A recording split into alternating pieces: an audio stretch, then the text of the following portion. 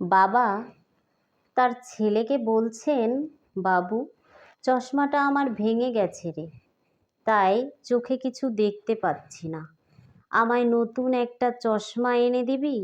ছেলে সাথে সাথেই উত্তর দিল, না না, এই মাসে হবে না। আর তোমার চশমায় বানিয়ে কি হবে বলো তো বাবা? বাড়ির কোনো কাজেই তো আসো না, তুমি না দেখতে পেলে খুব একটা ক্ষতি হবে না। বাবা তখন বললেন, লাভ ক্ষতির হিসেব নয় রে বাবু, নিজেই কি খাচ্ছি সেটাই তো দেখতে পাচ্ছি না। ছেলে তখন বলল, না, দরকার নেই। তোমার কি মনে হয় আমরা তোমাকে খারাপ খাবার দেই? বাবা বললেন, না বাবু, আমি সেটা বলিনি তো। আসলে সারাদিন তো একা বসে থাকি, তোমাদের তো আর সময় হয় না আমার সঙ্গে একটু কথা বলার জন্য, তাই টুকটাক বই পড়ি, সেটাও তো আর করতে পারছি না, তাই খুব কষ্ট হচ্ছে। ছেলে বিরক্তি নিয়ে বলে উঠল, কানের কাছে ঘ্যান ঘ্যান করো না তো বাবা, যাও এখান থেকে। পরিতোষবাবু ছেলের মুখে এমন কথা শুনে ওইখান থেকে চলে যান। পরের দিন দুপুরে বৌমা বেঁচে যাওয়া বাসি ভাত আর এক টুকরো মাছ দিয়েছেন পরিতোষবাবুকে খেতে। পরিতোষবাবু একগাল ভাত মুখে দিয়ে বৌমাকে ডাক দিলেন, বৌমা, আজ কি দুপুরে ভাত হয়নি? সাথে সাথেই বৌমা উত্তর দিল, হ্যাঁ, না হলে আপনি তাহলে কি খাচ্ছেন? পরিতোষবাবু তখন বললেন, না, মানে ভাতটা খেয়ে মনে হচ্ছে ভাতটা বাসি ভাত, আমি তো চোখে দেখতে পাই না, ঠিক আছে, কিন্তু স্বাদ তো বুঝতে পারি, খেয়ে মনে হলো এটা বাসি ভাত।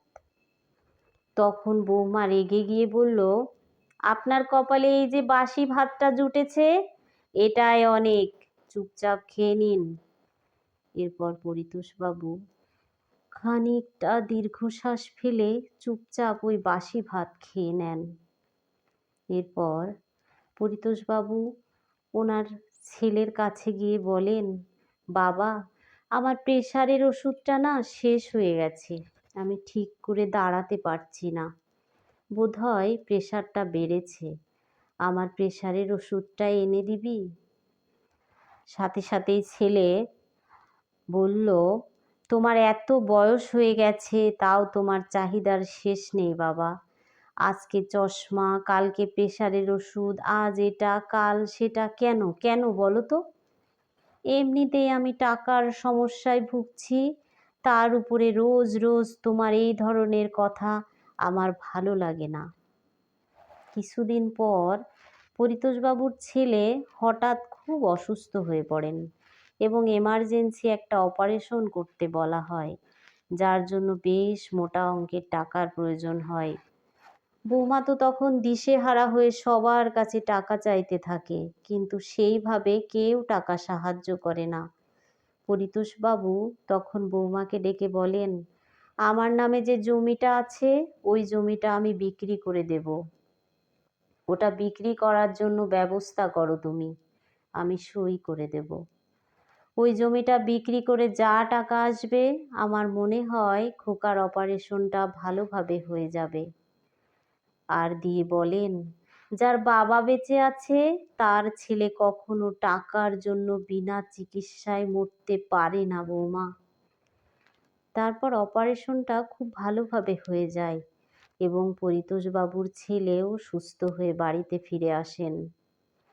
বাড়িতে আসতেই প্রথমে সে তার বাবার কাছে ক্ষমা চায়, পায়ে ধরে আর বলেন, বাবা, আমি খুব ভুল করেছি, আমাকে ক্ষমা করে দাও, তুমি না থাকলে হয়তো আমি আজ এই পৃথিবীতে আর বেঁচে থাকতে পারতাম না, অথচ এই আমি তোমার সাথে কত খারাপ ব্যবহারই না করেছি, আমাকে ক্ষমা করে দাও বাবা।